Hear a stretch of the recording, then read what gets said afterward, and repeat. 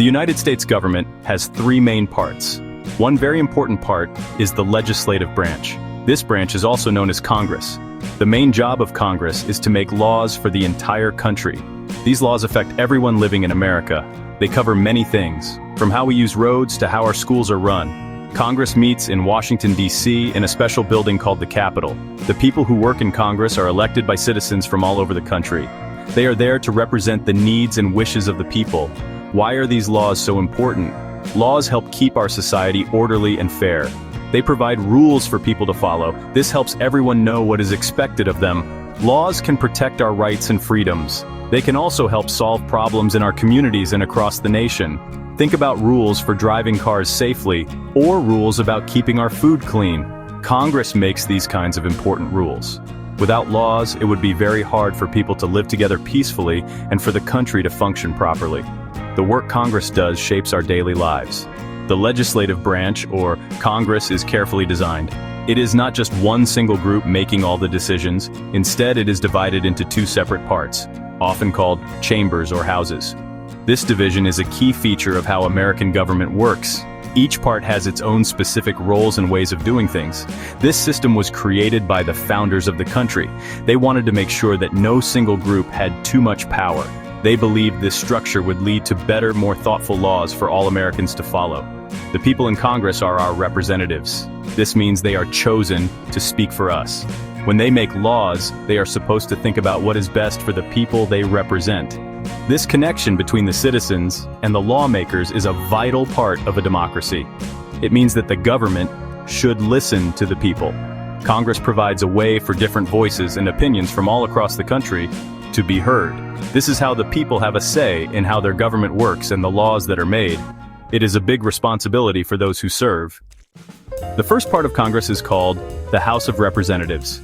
It is often just called the House. The number of representatives each state gets in the House depends on how many people live in that state. States with more people, like California or Texas, have many representatives. States with fewer people, like Wyoming or Alaska, have fewer representatives, but at least one. There are a total of 435 members in the House of Representatives. These members are elected every 2 years. This means they have to think often about what the people in their specific district want and need. The second part of Congress is called the Senate. The Senate is different from the House in several ways. In the Senate, every state gets the exact same number of representatives. Each state, no matter how big or small its population, has 2 senators. This means there are a total of 100 senators, since there are 50 states. Senators are elected for 6-year terms. These longer terms are meant to allow senators to focus on bigger, long-term issues facing the country.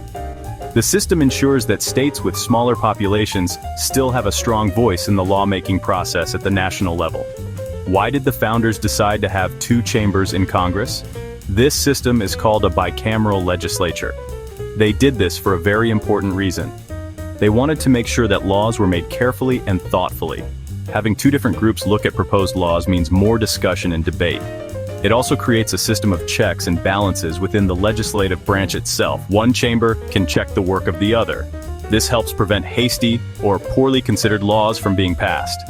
It was designed to make the process more deliberate. The House and the Senate bring different perspectives to making laws. The House, with its members representing smaller districts and facing re-election every 2 years, is often thought to be more responsive to the immediate concerns of the people. The Senate, with its longer terms and statewide representation, can take a broader and sometimes more long-term view. Both are needed for the system to work as intended. This structure helps to balance the interests of states with large populations and states with small populations. It also balances the desire for quick action with the need for careful consideration. How does an idea become an actual law? It is a long and careful process. First, someone has an idea for a new law or a change to an old law. This idea can come from a citizen, an interest group, or even the president. But only a member of Congress, either a representative or a senator, can officially introduce the idea as a bill. Once a bill is introduced in either the House or the Senate, it is given a number. For example, a bill in the House might be called H.R. 123, and a Senate bill might be S. 456. This is just the very first step. Next, the bill usually goes to a small group of lawmakers called a committee. there are many different committees in Congress, each focused on specific topics like farming, education, or national defense. The committee members study the bill carefully. They hold hearings where experts and concerned citizens can speak about the bill. The committee can make changes to the bill, approve it as it is, or decide to stop it from going any further. If the committee approves the bill, it is then sent to the full House or Senate for everyone to consider. This stage is very important for shaping the final law. Once a bill comes out of committee, it is scheduled for debate on the floor of the House or Senate. During the debate, members discuss the bill, explain why they support or oppose it, and can offer amendments, which are proposed changes. After the debate, the members vote. If a majority of members in that chamber vote yes, the bill passes. But it is not a law yet. The bill must then go to the other chamber of Congress. If it started in the House, it goes to the Senate, and if it started in the Senate, it goes to the House. The same process of committee review, debate, and voting happens all over again. For a bill to become a law, both the House and the Senate must pass the exact same version of it. If there are differences, a special conference committee with members from both chambers meets to work out a compromise. Once both chambers have approved the identical bill, it is sent to the President of the United States. The President can sign the bill and then it becomes a law, or the President can veto the bill, which means rejecting it. If the President vetoes a bill, Congress can try to override the veto. This requires a 2/3 majority vote in both the House and the Senate.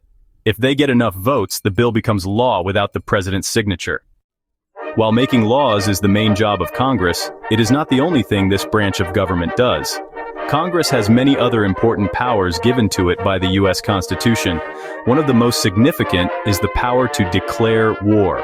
Only Congress can officially decide if the United States will go to war with another country. Congress also controls all government spending. This is often called the power of the purse. It decides how much money the government can collect in taxes and how that money will be spent on things like roads, schools, and the military. Congress also has the power to regulate commerce, which means trade and business, between states and with foreign countries. This is a very broad power that affects many parts of the economy. Another key role is oversight. Congress is responsible for watching over the other branches of government, especially the executive branch, which includes the president, to make sure they are following the laws and not abusing their power.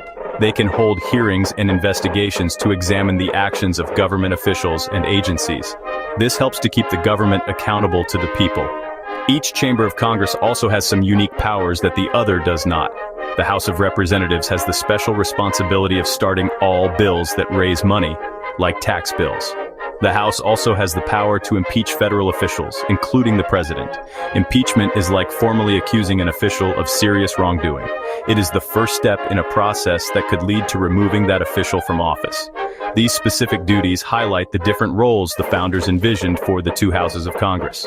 The Senate also has its own special jobs. The Senate must give its advice and consent to confirm certain presidential appointments. This means the Senate must approve the people the president chooses for important jobs like Supreme Court justices, federal judges, and ambassadors to other countries. The Senate also has the power to ratify treaties that the president makes with foreign nations. A treaty is a formal agreement. Furthermore, if the House impeaches an official, it is the Senate that holds the trial to decide if the official should be removed from office. These distinct powers ensure a balanced and careful review of major government decisions.